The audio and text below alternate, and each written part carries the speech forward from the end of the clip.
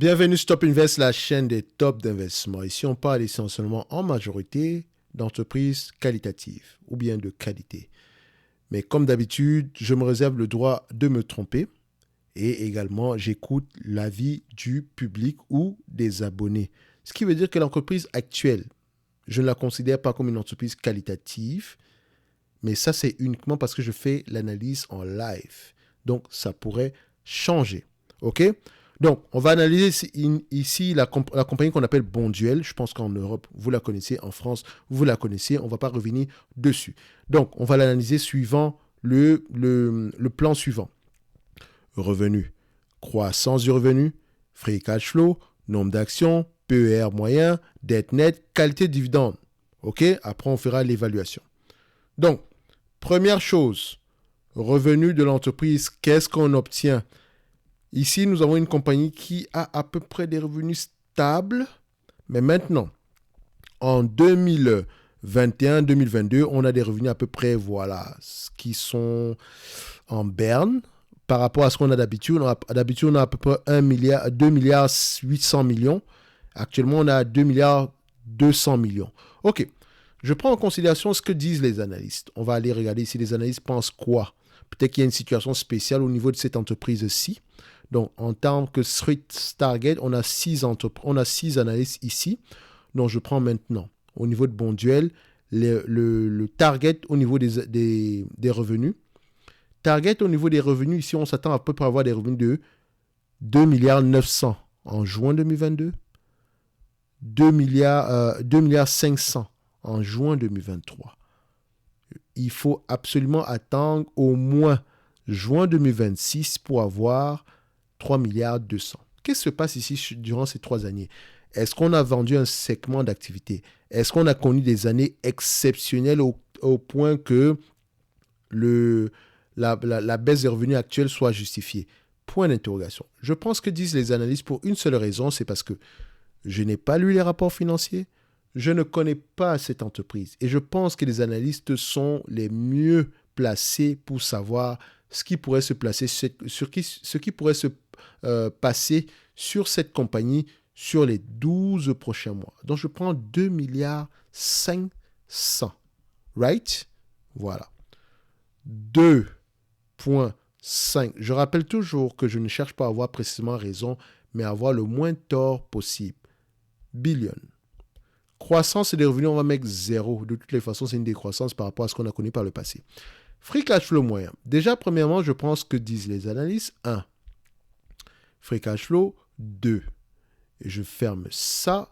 Ça me donne quoi? En termes de marge, ici, je mets ça en histogramme, column, et je mets ça ici en show label.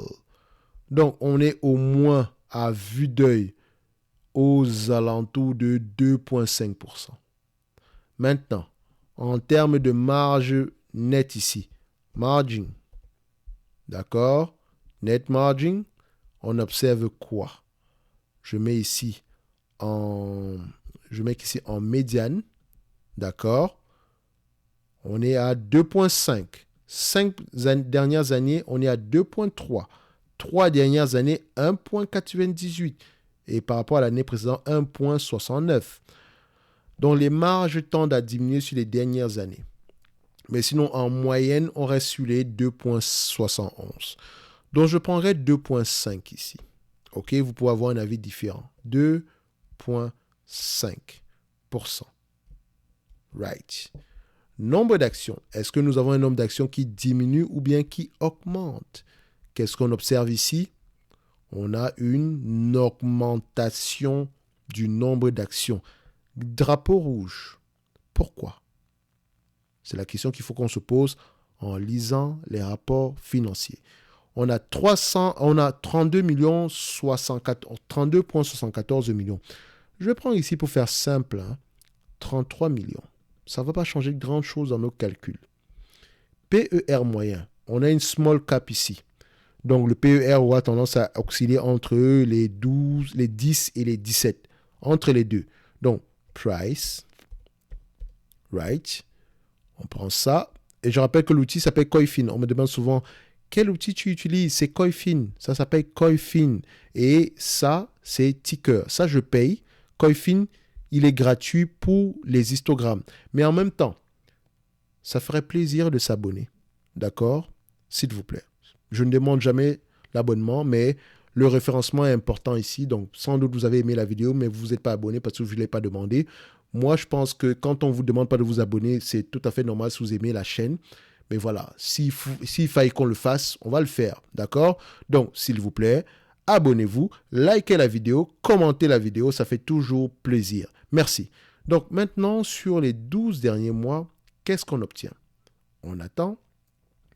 Je trace ici la médiane. On obtient quoi? En termes de médiane, nous avons 13 fois les bénéfices. 20 dernières années, 13 fois les bénéfices. 10 dernières années, à peu près 12 fois les bénéfices. 5 dernières années, 12 fois les bénéfices. 3 dernières années, 11 fois les bénéfices. Par rapport à l'année précédente, 11 fois les bénéfices. OK.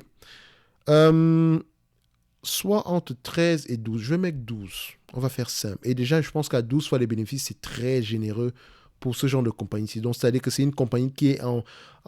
En fait, quand vous échangez à 12 fois les bénéfices, soit vous êtes en décroissance, soit vous avez une énorme dette. L'un ou l'autre. Parce que 12 fois les bénéfices, c'est une insulte, généralement. Sans prendre en considération la dette. D'accord? Donc, je prends 12 fois les bénéfices. Mais je sais déjà qu'il faut que je vérifie pourquoi est-ce qu'on paye 12 fois le niveau d'endettement, 12 fois les bénéfices ici. Parce que 12 fois les bénéfices, ça représente ici un rendement de combien? 8,33% si elle vous reverse la totalité des bénéfices nets en dividendes. Attention. Donc, dette nette, c'est notre prochaine unité de recherche. Donc, dette nette, ici, on a combien? Donc, je mets dette nette. On est à combien? 372 millions. J'espère juste que ça ne prend pas en considération les loyers. Donc, on met 372, OK, millions.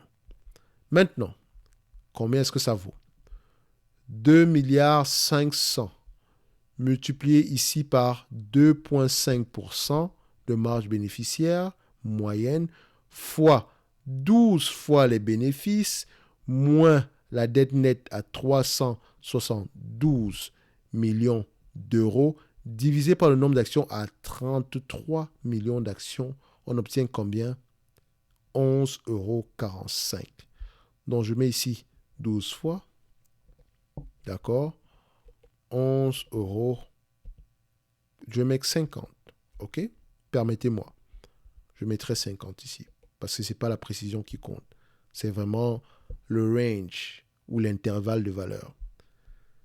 On s'évalue à combien ici aujourd'hui? 12,34 €. On vaut combien? 11,50 €. Donc, on est correctement évalué si on regarde bien. Et je pense ici que le problème de cette entreprise, c'est par rapport aux perspectives d'avenir. OK? C'est pas par rapport aux revenus, c'est vraiment par rapport aux perspectives d'avenir. Donc, je ne sais pas, avant d'investir dans ce genre de compagnie-ci, lisez les rapports financiers. Dites-vous que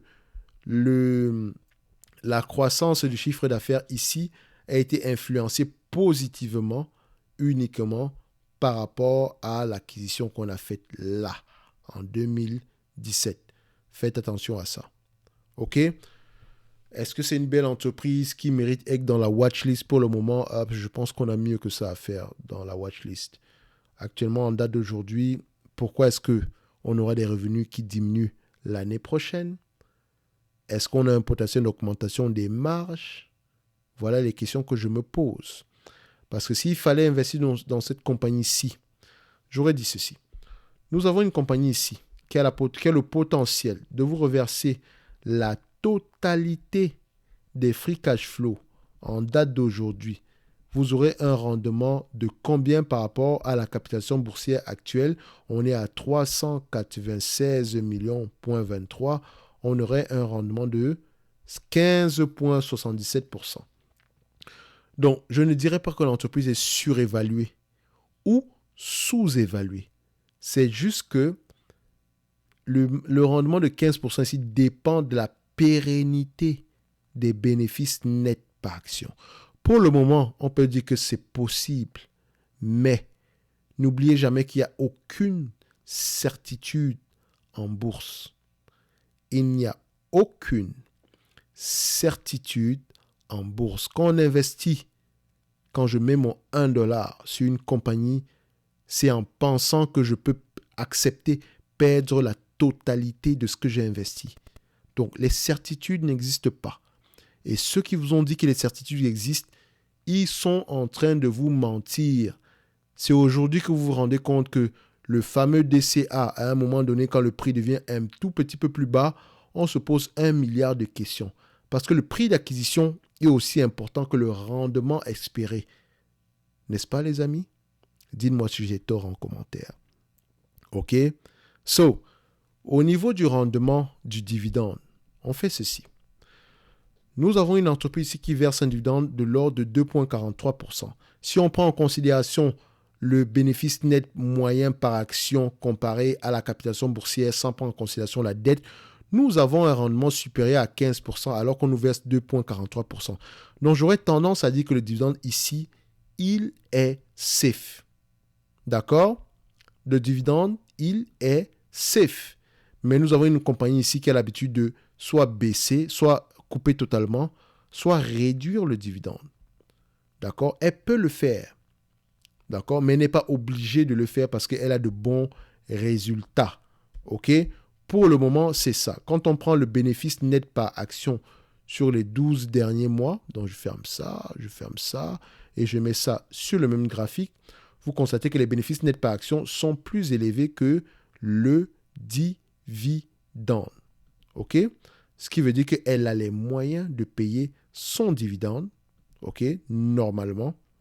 Quand on compare les deux, enfin, je ne voulais pas le faire comme ça, on va le mettre comme ça. Le dividende, c'est en bleu. Le bénéfice net par action, c'est en... Enfin, le dividende, c'est en vert, ici. Le bénéfice net par action, c'est en bleu. Donc, elle a les moyens de payer le 2,43% ici, actuellement.